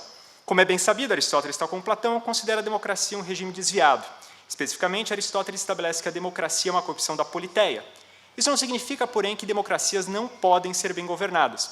Ora, Aristóteles não apenas afirma explicitamente que democracias e oligarquias podem ser regimes satisfatórios, embora sejam degenerações da melhor organização, como se pode observar no primeiro texto do handout, que está ali em Política 5.8, como também, ao falar em Política 6.4, da melhor democracia e do tipo de povo que lhe é mais adequado, observa que a democracia composta por uma multidão de fazendeiros admite uma organização das magistraturas tal que se tenha um bom governo. Vejamos o texto 2 do handout, que se segue imediatamente a descrição de como se deve organizar as magistraturas em democracias desse tipo. Leio então o texto 2. E aqueles que são governados dessa maneira são necessariamente bem governados, pois as magistraturas estarão sempre com os melhores, enquanto o povo quiser e não invejar os bons, e enquanto esta organização for comandada por aqueles que são bons e bem reputados, pois eles não serão governados por outros piores do que eles e governarão de modo justo na medida em que outras pessoas, o povo, têm controle sobre o exame público da conduta daqueles que ocupam as magistraturas. De fato, estar sob controle e não ser capaz de fazer o que quer que se considere bom fazer é benéfico, pois a liberdade de se fazer o que quer que se queira não pode conter o que é mal em cada uma das pessoas. Por conseguinte, é necessário que resulte precisamente aquilo que é mais benéfico nas cidades, os bons governarem estando livres de erro, enquanto a multidão em nada é depreciada. O que Aristóteles afirma aqui é que mesmo democracias podem ser organizadas de modo tal que quem de fato administra a cidade são cidadãos em algum sentido, pelo menos, virtuosos, e não quaisquer cidadãos. Ainda que todos os sujeitos livres, que não sejam estrangeiros, tenham de fato o direito de participar das assembleias, visto que se trata de uma democracia. No entanto, este modo de organização não apenas depende de um povo de um certo tipo, notadamente uma multidão composta de fazendeiros ou mesmo de pastores, que Aristóteles considera o segundo melhor tipo de povo para a melhor democracia, como também é claramente precário, pois seu fundamento depende de duas condições: a aquiescência de uma multidão que não inveja aqueles que estão no poder e um grupo de pessoas em algum sentido virtuosas exercendo poder. Que essas duas condições são precárias é evidente, creio. Primeiramente, uma multidão de fazendeiros ou de pastores é, para Aristóteles, uma multidão de pessoas sem ócio, e que, portanto, não é capaz de cultivar a virtude. Isso é claro, por exemplo, em Política 7.9, lá em 1328b40 seguintes, ele disse explicitamente. Por si só, isso pareceria indicar que se trata de uma multidão que tende a cometer injustiça na cidade para satisfazer suas necessidades. No entanto, algumas linhas antes da nossa passagem do texto 2, Aristóteles descreve um pouco mais de detalhe esta multidão, de um modo que sugere que sua precariedade não está tanto no fato de ela não ter ócio, mas no fato de ela poder se transformar rapidamente. Com efeito, pelo fato de uma multidão desse tipo não ter muitos bens, ela é sem ócio, de modo que não participa frequentemente da assembleia. Pelo fato de ela não ter as coisas necessárias, ela se ocupa de seus trabalhos e não deseja as coisas pertencentes aos outros. Mas, onde quer que não haja grandes ganhos advindos das magistraturas, para estas pessoas é mais prazeroso trabalhar do que participar da Constituição e governar. De fato, os muitos desejam lucro mais do que a honra. Eis um sinal disso. Uma multidão desse tipo tolerava as antigas tiranias e tolera oligarquias se ninguém os impedir de trabalhar, nem lhes tomar nada. Exatamente o ponto que o Daniel enfatizou na apresentação dele. Pois alguns deles rapidamente se tornam ricos, ao passo que outros rapidamente deixam de ser pobres.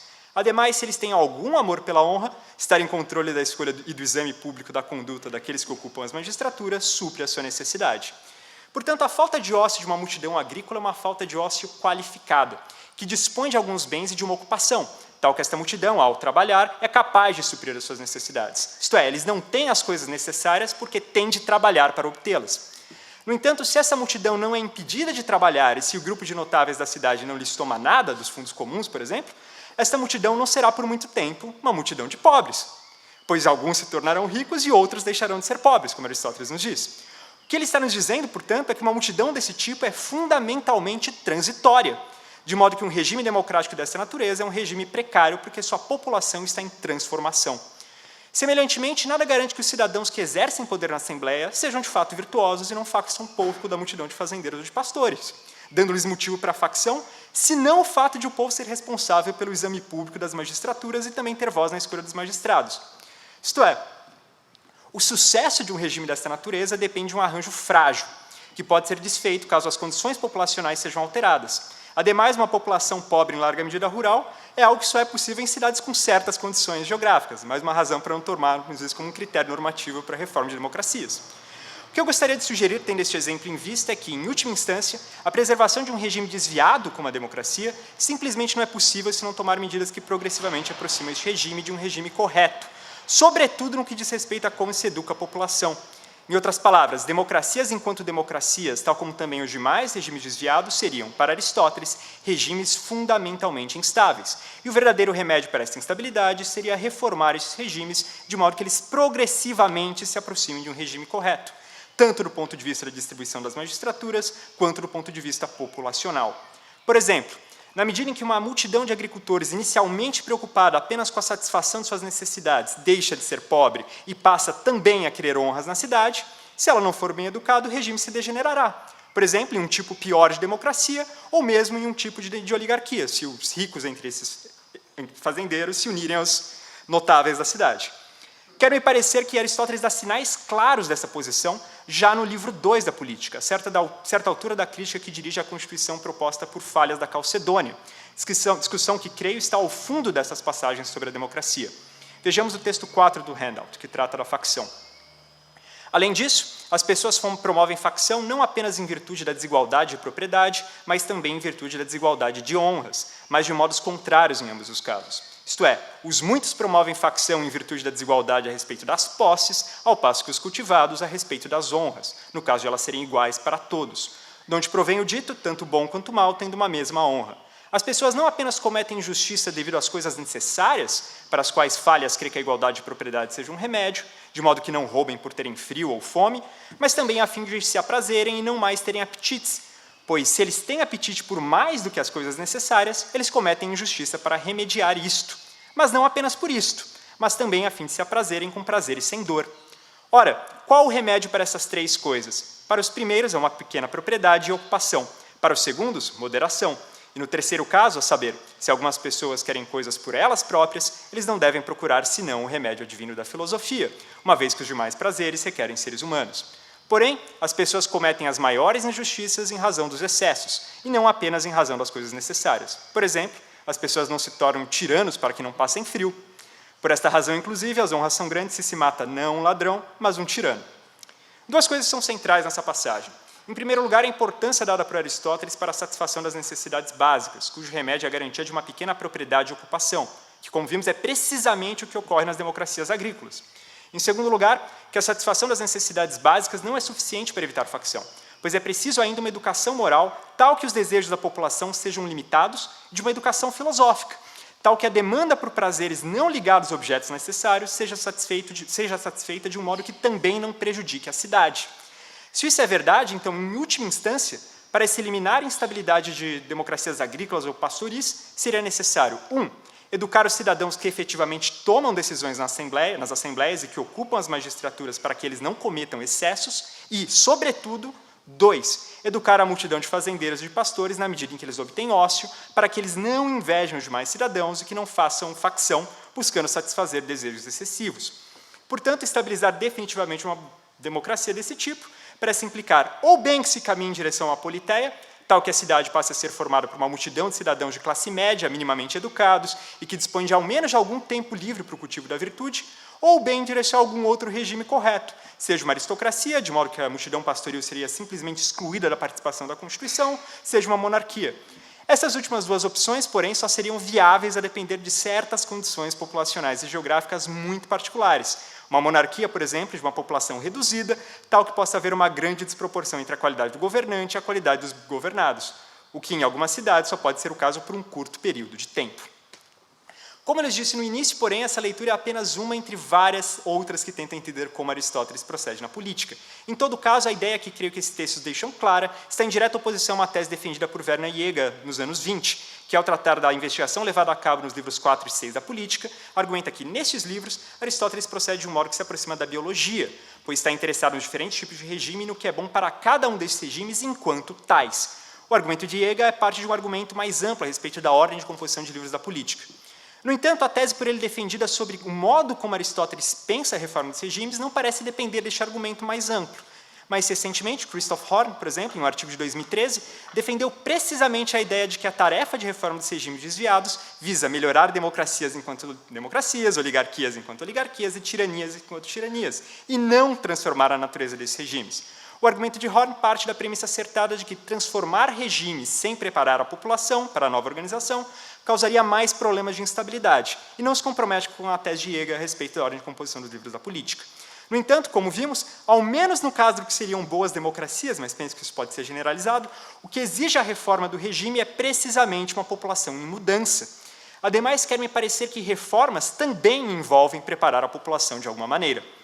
Uma alternativa para fazer sentido disso está em uma ideia defendida por Christopher Rowe, em um artigo seminal publicado em 77, Aims and Methods in Aristotle's Politics, que coloca a questão de modo bastante claro. A tensão com que nos deparamos no interior da política proveria do fato de que Aristóteles está, na versão final da política ao menos, comprometido ao mesmo tempo com a ideia de um regime ideal e com a ideia de que a política, como ciência, tende a nos ser útil de algum modo. Portanto, ainda que parte do tratado seja, de fato, fruto de uma primeira redação mais próxima do platonismo, como queria Jäger, esta primeira redação não seria incompatível com a visão do Aristóteles maduro sobre política, pois parte fundamental do projeto anunciado no primeiro capítulo do 4º livro consiste na análise do regime ideal. Porém, esta investigação do regime ideal seria apenas parte da ciência política, e não mais o que orienta a prática política em outros âmbitos, que é precisamente a tese que o professor Narbonne defendeu mais cedo. Pois ao propor o melhoramento de regimes desviados, como democracias e oligarquias, Aristóteles não estaria propondo uma reorientação desses regimes visando uma educação para a virtude, mas um tipo de reforma que garanta tão somente a estabilidade desses regimes. Isto é, a cidade e a constituição ideais não seriam um critério normativo com vistas ao qual o cientista político aristotélico atuaria, mas apenas parte do seu interesse. Portanto, tampouco a promoção da eudaimonia da cidade seria o objetivo da ciência política como um todo, mas apenas de uma parte dela. Essa ideia de Roe foi descrita mais recentemente por Fred Miller em termos de um princípio de aproximação normativa, que é expresso por Aristóteles em uma famosa passagem do Decálogo, é o texto 5 do handout, que já está aí. Com efeito, o melhor para todas as coisas é, sobretudo, obter aquele fim. Porém, se não for possível fazer isso, sempre é o caso que quanto mais próximo se estiver da melhor opção, tanto melhor. Portanto, não sendo uma opção instituir o melhor regime, pareceria que devemos nos voltar para um objetivo que seja alcançável nas circunstâncias e que mais se aproxime do melhor regime. Para a maior parte das cidades, esta opção é a messepoliteia, que parece corresponder ao regime constitucional apresentado no terceiro livro da política, que é uma constituição correta. No entanto, como pretendo sugerir, a ideia de uma aproximação normativa não nos compromete necessariamente com a tese de Roe, pois não implica necessariamente que o melhor regime não tem um lugar central nas reformas. Pois ainda que, em certas circunstâncias, o melhor regime não possa ser instituído, pois ele só é possível em condições ideais, ele permanece ainda como um objetivo que se pretende realizar tanto quanto possível. Não poderei defender este ponto completamente no ponto que me resta, mas gostaria de dar alguns indicativos de que este é o caminho a se perseguir. Para tal, partirei da ideia de que o problema diante do qual nos encontramos, o qual diz respeito ao papel do exame da cidade ideal no interior do projeto de política, no qual tem lugar central a reforma e a preservação de regimes de cidades, nas quais não é possível instituir o melhor regime, é análogo a um problema próprio à ética de Aristóteles.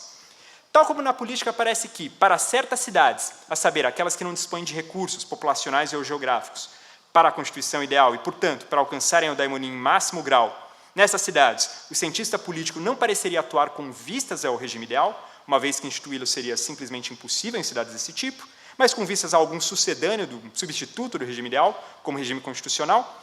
Assim também o agente moral nem sempre parece agir com vistas à eudaimonia, pois certas ações virtuosas, ainda que realizadas de modo perfeitamente virtuoso por agentes que são completamente virtuosos, também não parecem ser realizadas com vistas à eudaimonia do agente, pois são ações realizadas por agentes que estão em condições tais que a possibilidade de sua eudaimonia foi destruída. Este é um problema recente na interpretação de Aristóteles, que foi explicitamente formulado pela primeira vez por Robert Heinemann, em um artigo de 93 intitulado Rationality, Eudaimonia and Kakodaimonia in Aristotle. Esse problema tem uma longa história, que não poderei contar aqui, que remete a um problema algo próximo discutido no século XVIII primeiro por moralistas britânicos, como Thomas Reid, e depois por Kant, na crítica aos seus predecessores eudaimonistas.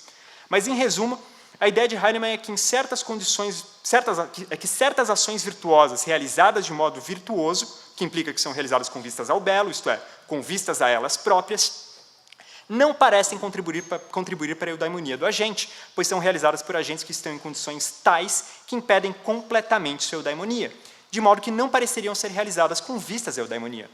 A questão se torna ainda mais interessante na medida em que, especificamente na política, em 7.13, Aristóteles observa que realizar certas ações virtuosas, as quais ele chama de necessárias, não consiste em um exercício de virtude que satisfaz as condições da eudaimonia, o que sugere fortemente que estas ações não são realizadas com vistas à eudaimonia, embora sejam de fato resultado de um exercício de virtude. Vejamos o texto 6 do handout, que é um trecho de Política 7.13. Nós dizemos e definimos na ética, se é que algo deste escrito é útil, que a felicidade é uma atividade, isto é, um uso da virtude completa ou perfeita, e isso não ex hypothesi, mas simpliciter, haplos. Por ex hypothesi, quero dizer as coisas necessárias, ao passo que por simpliciter, o que é feito belamente. Por exemplo, as coisas ligadas às ações justas, as retribuições e punições justas, provêm da virtude, mas são necessárias, isto é, elas são belas apenas por necessidade, pois é mais digno de escolha que nenhum homem ou cidade careça de alguma coisa desse tipo, ao passo que as ações mais belas são simplesmente aquelas que levam a honras e à prosperidade. De fato, aquelas ações envolvem a escolha de um certo mal, ao passo que ações desse tipo, ao contrário, envolvem a escolha de um certo bem, pois elas envolvem a preparação e a produção de bens. Com efeito, o homem virtuoso lidaria belamente com a pobreza, com a doença e com outros infortúnios, mas a bem-aventurança depende de coisas contrárias a essas. De fato, foi determinado na ética que o virtuoso é alguém para quem, em razão da virtude, as coisas boas sem qualificações são boas. E é evidente que é necessário que o seu uso dessas coisas seja virtuoso e belo sem qualificações. Por essa razão, algumas pessoas também consideram que os bens exteriores são causa da eudaimonia, tal como se alguém considerasse que a lira, e não a arte de tocar lira, fosse causa de se tocar lira clara e belamente.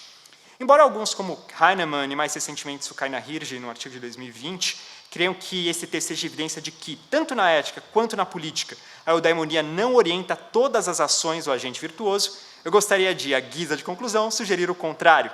O exemplo dado por Aristóteles faz referência a certos atos que estão conectados às ações justas, como as retribuições e punições justas, as quais são realizadas com base na virtude, mas ainda assim são belas somente por necessidade. Não é claro o que exatamente Aristóteles quer dizer com isso.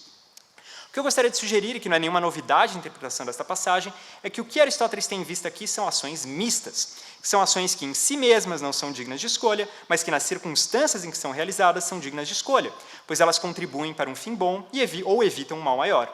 É precisamente neste sentido que Aristóteles diz, em um dos trechos destacados do handout, que estas ações provêm de um uso meramente condicionado da virtude, envolvem a escolha de um certo mal. Afirmação que é emendada em boa parte das edições modernas do texto da política, com exceção da de Newman.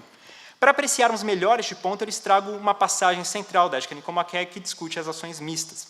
Esse é o texto 7 do handout.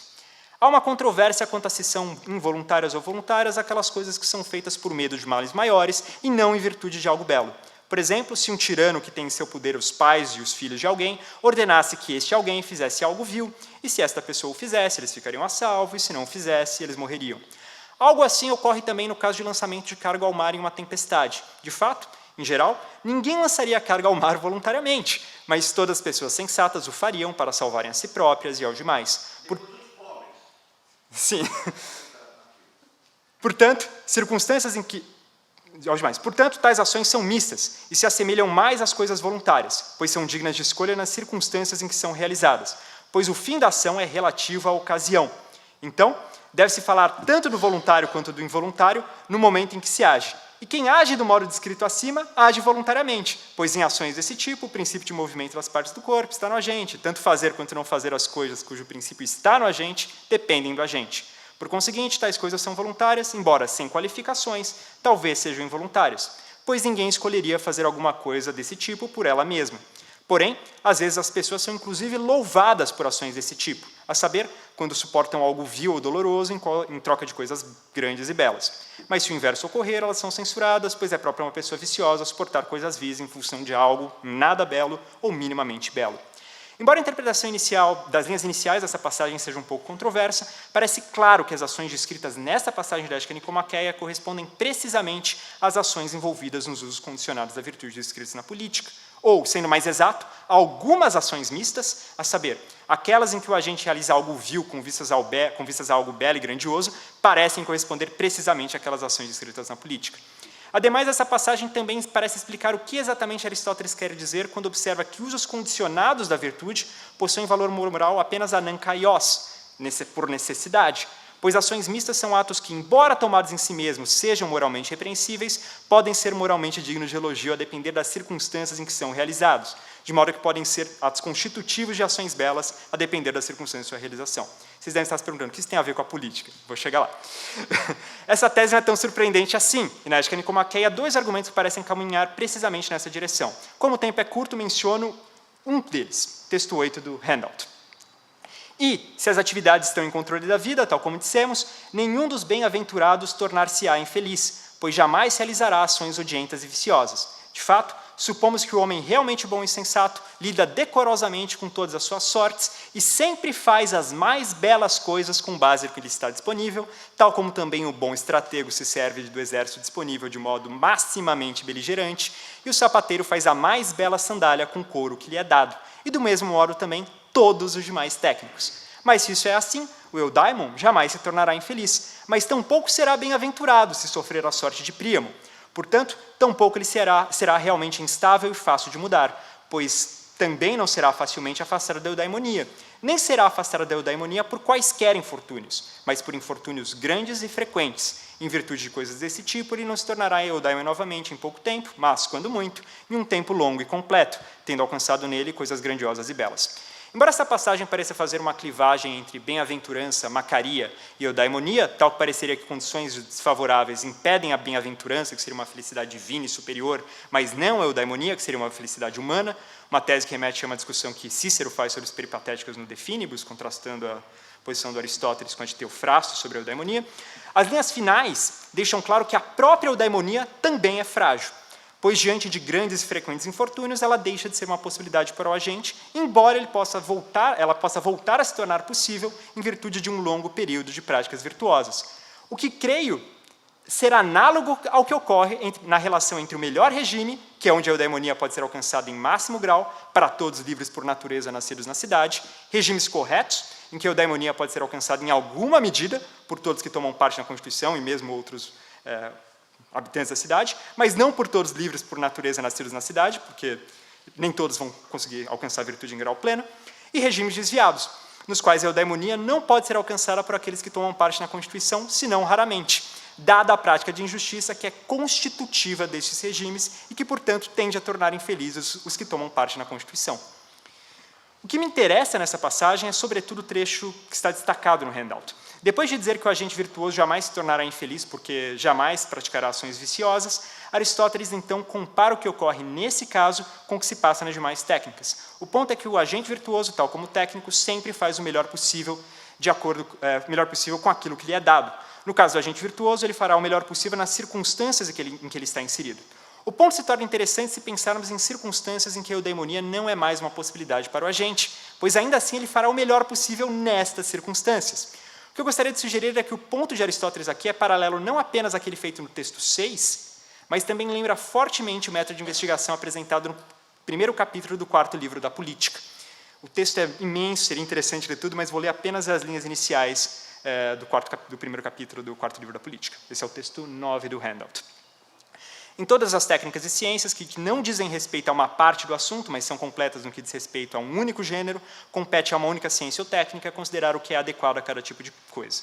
Por exemplo, que tipo de treino contribui para que tipo de corpo e qual é o melhor, pois é necessário que o melhor seja aquele adequado àquilo que é naturalmente mais belo, com mais recursos. E qual é o treino mais adequado para a maior parte dos corpos como um todo? E, de fato, esta é a função da arte da ginástica. Além disso, se alguém não desejar a condição física adequada, nem o conhecimento adequado das coisas ligadas à competição, não compete menos ao preparador físico ou ao mestre de ginástica proporcionar essa capacidade. E, semelhantemente, vimos que isso ocorre também no que diz respeito à medicina, à construção naval, à confecção de roupas e também todas as outras técnicas. Nessa passagem, Aristóteles parece afirmar que, a depender das circunstâncias, por exemplo, a depender do tipo de pessoa que se está treinando, o técnico fará algo diferente, que é o mais adequado para essa pessoa. Isto é, ele fará o melhor, dadas as suas circunstâncias. Na sequência, Aristóteles mostrará que o mesmo se aplica na política, uma passagem famosa. Ora, o método que Aristóteles adota nesse capítulo não é nenhuma novidade da política. Em verdade, já nos tópicos, nós nos deparamos com uma indicação metodológica de mesmo tipo e que também tem a pretensão de valer para todas as técnicas e ciências práticas. Vejamos o texto 10 do handout, uma passagem dos tópicos. Teremos uma disciplina de modo completo quando estivermos em condição semelhante à que se está no caso da retórica, da medicina e de capacidades desse tipo. Isto é, fazer as coisas que decidimos fazer a partir das coisas que são possíveis. Pois nem o rétor persuadirá em qualquer caso, nem o médico curará. Mas, se não se deixar de lado nenhuma das coisas possíveis de se fazer dadas as circunstâncias, diremos que ele possui uma ciência de maneira satisfatória. Não há dúvida de que a indicação metodológica feita aqui é do mesmo tipo daquela feita em 4.1.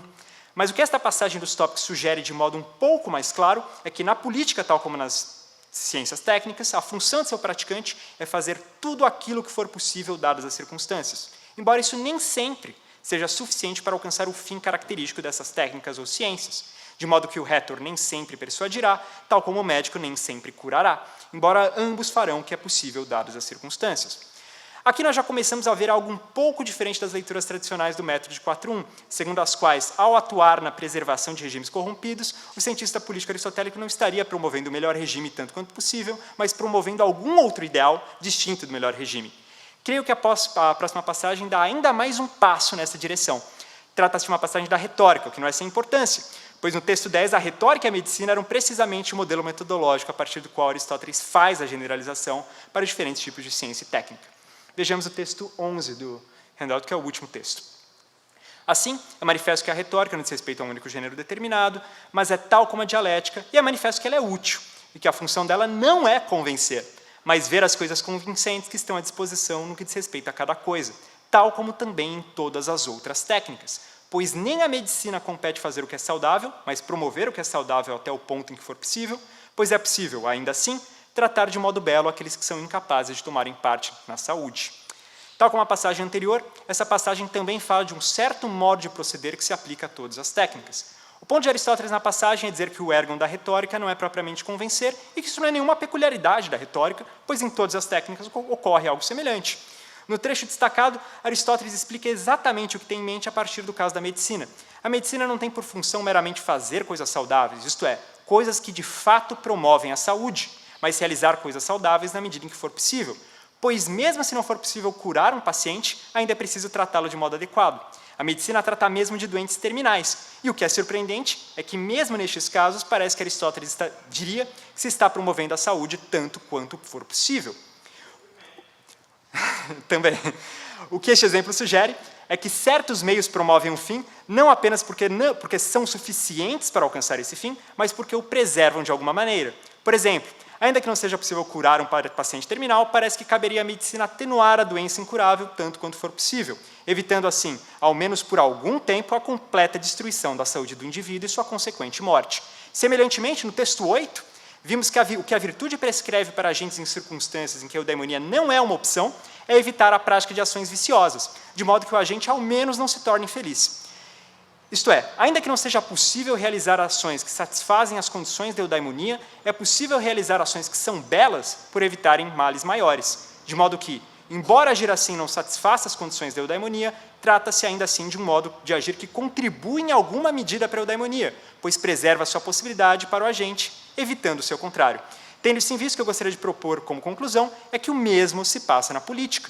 Isto é, ainda que se tenha em vista uma cidade que não dispõe de condições geográficas, econômicas e ou populacionais para alcançarem a eudaimonia, e mesmo para alcançá-la em máximo grau pelo melhor regime, a tarefa do cientista político, ao vir ao socorro da constituição desta cidade, é ainda assim a de promover, tanto quanto possível, o melhor regime, ainda que, em alguns casos, este esforço seja traduzido, em um primeiro momento, ao menos, na preservação de condições meramente necessárias para a eudaimonia, na medida em que são necessárias para a existência da cidade. Portanto, mesmo quando se está vindo em socorro de uma democracia, se as medidas que se tomam para a preservação desse regime são realmente efetivas, então o resultado será um regime que se aproxima de um regime correto como a politeia.